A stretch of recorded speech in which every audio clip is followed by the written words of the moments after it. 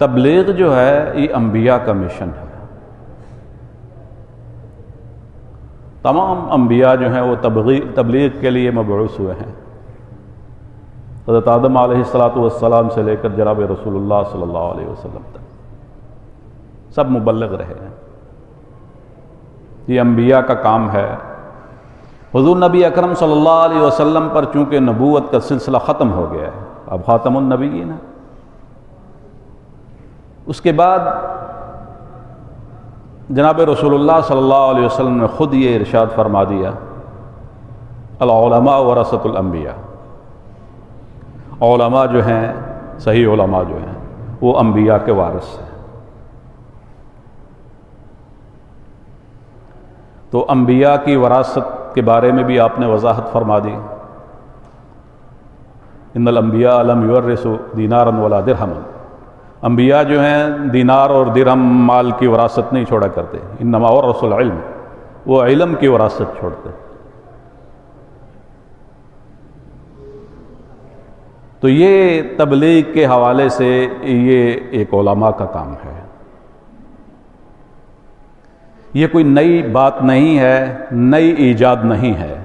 حضرت آدم علیہ السلام سے شروع ہے، جناب رسول اللہ صلی اللہ علیہ وسلم تک تو نبوت کا سلسلہ جاری رہا، انبیاء کرتے رہے اور ان کے ساتھ ان کے اصحاب، حواری، پیروکار جتنے بھی تھے وہ کرتے رہے۔ تو جناب رسول اللہ صلی اللہ علیہ وسلم نے یہ اصول چھوڑ کر کہ میرے بعد علماء وارث ہوں گے، اور پھر دوسرا اصول اللہ تبارک و تعالی نے بھی قرآن کریم میں ارشاد فرمایا، کنتم خیر امۃ اخرجت للناس تأمرون بالمعروف وتنہون عن المنکر، تم بہترین امت ہو، لوگوں کی طرف جو بھیجے گئے ہو، تمہارے کام دو ہیں، امر بالمعروف اور نہی عن المنکر، اچھائی کی بات لوگوں کو بتانا اور برائی کی بات سے روکنا۔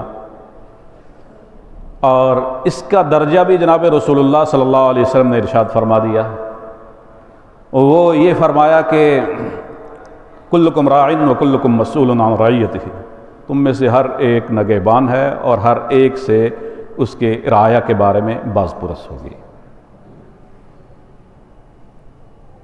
اب یہ ہے کہ امر بالمعروف اور نہی عن المنکر، یہ نیکی کا کام، یہ ہر ایک کو کرنا ہے۔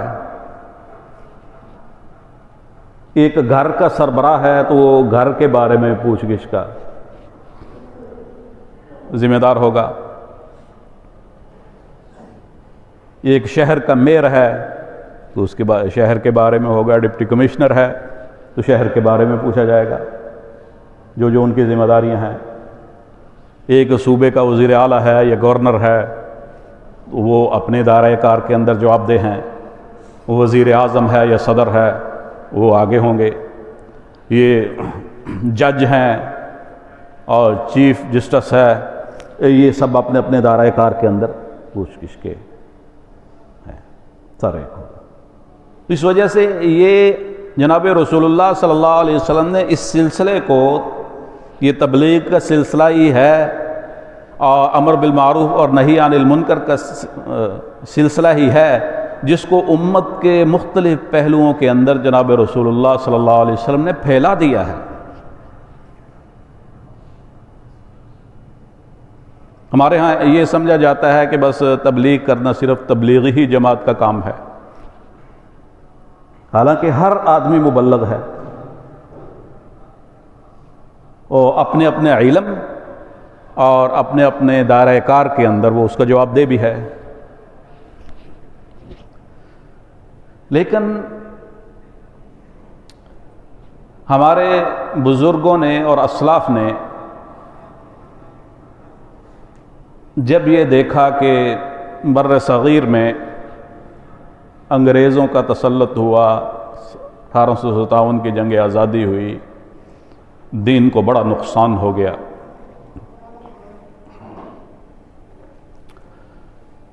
اور اسلامی شاعر پر قدغن لگ گیا، تو حضور نبی اکرم صلی اللہ علیہ وسلم کے اسی اصول پر انہوں نے دین کے اندر مختلف شعبوں کو تقسیم کر دیا۔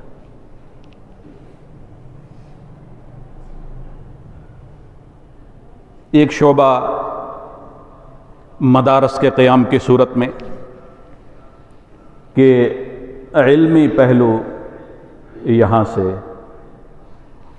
اجاگر ہو۔ جناب رسول صلی اللہ علیہ وسلم نے یہ بھی فرمایا انما بعثت معلما، میں معلم بنا کر بھیجا گیا ہوں۔ تو یہ یہاں سے شروع کر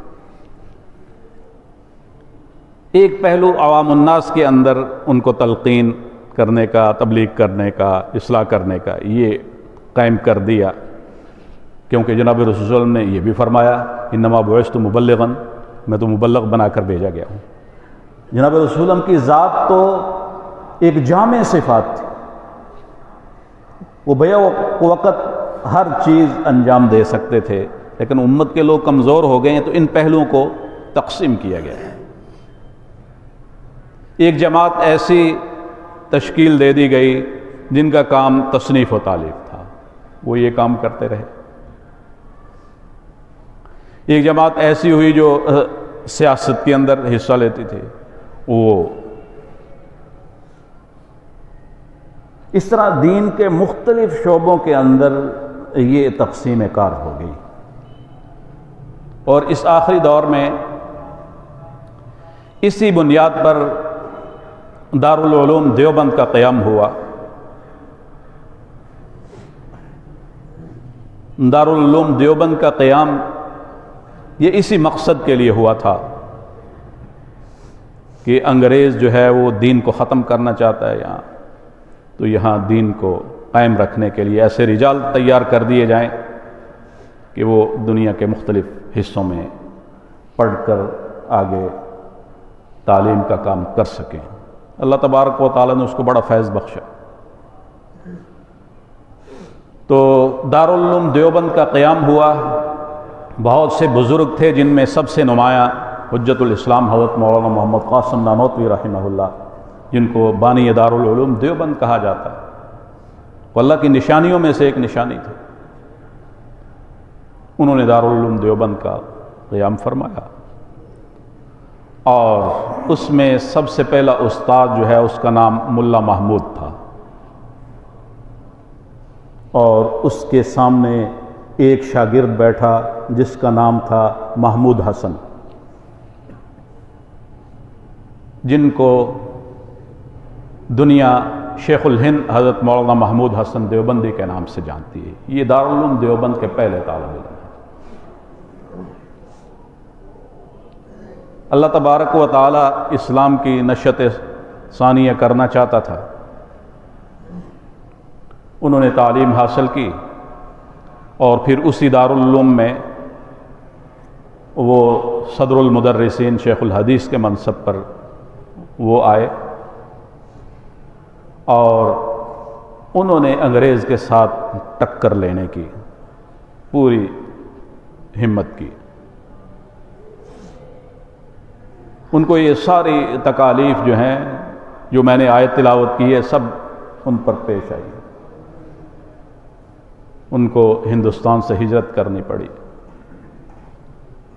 پھر مکہ مکرمہ میں بھی انگریز نے ان کا پیچھا نہیں چھوڑا، اور مکہ مکرمہ سے ان کو اور ان کے جانشین شیخ العربی والعجم حضرت مولانا سید حسین احمد مدنی رحمہ اللہ کو وہاں سے گرفتار کر کے اور مالٹا کی جیل کے اندر جو ہے قید کیا۔ بامشقت قید تھی، اور تقریباً 4 سال بڑی تکلیفیں اٹھائی ہیں۔ اللہ تبارک و تعالیٰ نے ان سے کام لینا تھا۔ تاریخ میں یہ بات ہم پڑھتے ہیں کہ اس آخری دور میں شیخ الہند حضرت مولانا محمود حسن دیوبندی رحمہ اللہ کو اللہ تبارک و تعالیٰ نے ایسے شاگرد عطا فرمائے کہ اس دور کے اندر کسی اور کو نہیں عطا فرمائے۔ پہلے دور کے بارے میں کہتے ہیں صحابہ اکرام تابعین کے دور میں ایسے شاگرد حضرت امام اعظم ابو حنیفہ رحمہ اللہ کو اللہ تبارک و تعالیٰ نے عطا فرمائے، جن کا فیض پوری دنیا میں پہنچا ہے، اور دنیا کا 70% مسلمان وہ ان کے فتوے پر عمل کرتا ہے۔ یہ میں خود اپنے پاس سے نہیں کہہ رہا، یہ بلکہ انسائکلوپیڈیا کے اندر بھی یہ درج ہے۔ باقی 30% لوگ جو ہیں وہ دیگر جو بڑے امام ہیں، شافعی ہیں، امام مالک ہیں، امام احمد ابن حنبل ہیں، یہ دوسرے چھوٹے موٹے جو ہیں ان کے فتوے پر عمل کرتے ہیں، لیکن 70% لوگ ان کے فتوے پر عمل کرتے ہیں۔ اللہ نے بڑے ہی اعلیٰ قسم کے شاگرد ان کو عطا فرمائے تھے اور ان کا سلسلہ دنیا کے اندر پھیلا۔ پھر اس آخری دور میں شیخ الہند حضرت مولانا محمود حسن دیوبندی رحمہ اللہ کو اللہ تبارک و تعالی نے ایسے شاگرد عطا فرمائے، ایک ایک شاگرد ان کا ایک ایک تاریخ ہے اور تحریک ہے۔ انہی میں سے ایک شاگرد کا ذکر کرنا چاہتا ہوں۔ ان کے سارے شاگرد جو ہیں وہ بڑے ہی نمایاں ہوں۔ حضرت مولانا علامہ سید محمد انور شاہ صاحب کشمیری رحمہ اللہ، ان کو اللہ تبارک و تعالیٰ نے بڑا علم دیا تھا۔ انہوں نے مرزائیت کے خلاف اور بہت کام کیا، کتابیں بھی لکھی ہیں، بڑا اللہ نے حافظہ دیا تھا۔ بہاولپور کا جو مشہور مقدمہ ہے مرزائیوں کے ساتھ، انہوں نے عدالت میں لڑا۔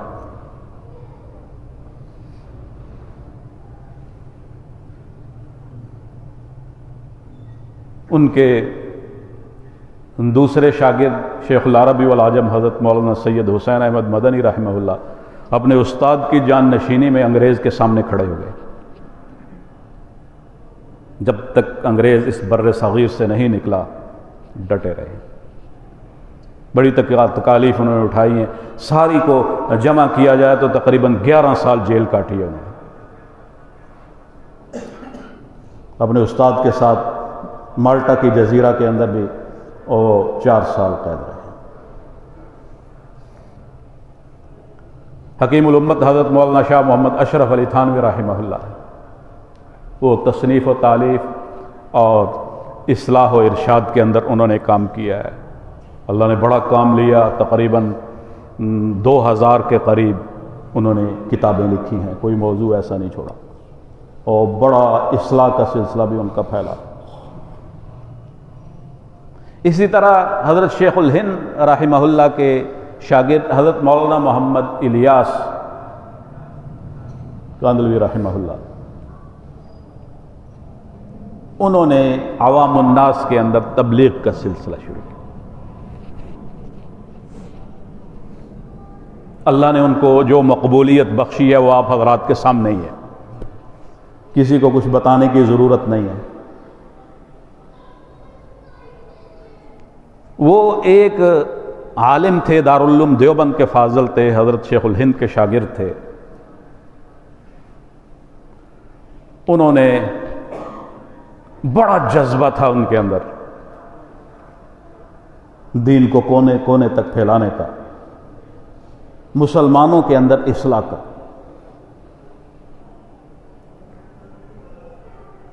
آپ یہ سن کر حیران رہ جائیں گے کہ وہ ایک چھوٹا سا وجود تھا۔ تاریخ میں لکھا ہے کہ ان کا وجود جو ہے، وزن جو ہے وہ صرف 33 سیر تھا، 33 کلو۔ کتنا وزن ہوگا؟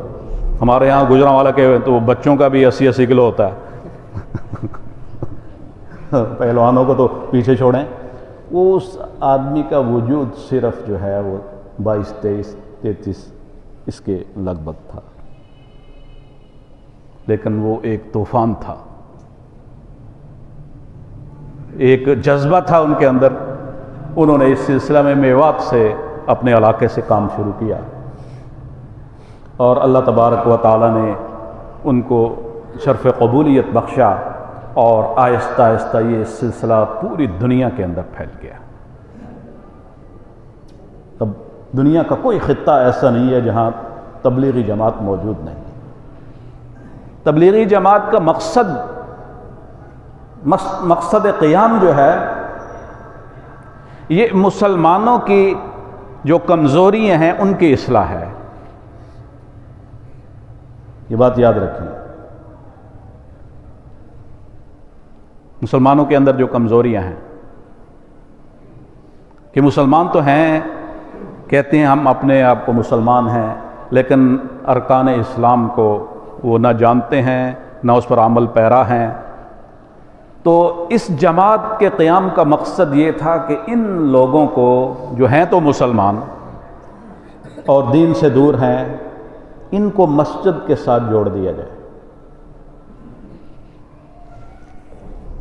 جب مسجد کے ساتھ یہ جڑ جائیں گے تو مسجد میں کیا ہوتا ہے؟ نماز ہوتی ہے، درس ہوتا ہے اور دین کی باتیں ہوتی ہیں، جمعے کا بیان ہوتا ہے، ساری دین کی باتیں ہوتی ہیں. تو جب یہ دین کے ساتھ جڑ جائیں گے تو ان کے اندر جو کمزوریاں ہیں یہ آہستہ آہستہ ختم ہوں گی. یہ اس جماعت کے قیام کا مقصد تھا. اسی وجہ سے آپ دیکھتے ہیں کہ جب یہ لوگ کسی مسجد میں جماعت آئی ہوئی ہو تو وہ گشت کرنے کے لیے جاتے ہیں. یہ گشت کرنے کا مقصد کیا ہے؟ کہ وہ لوگ جو مسجد کے ساتھ جڑے ہوئے نہیں ہیں ان کو بڑے سنجیدہ طریقے کے ساتھ دعوت دیں کہ بھائی آپ تھوڑی دیر کے لیے مسجد میں آئے، مہمان آئے ہوئے ہیں، ان کی بات سنیں.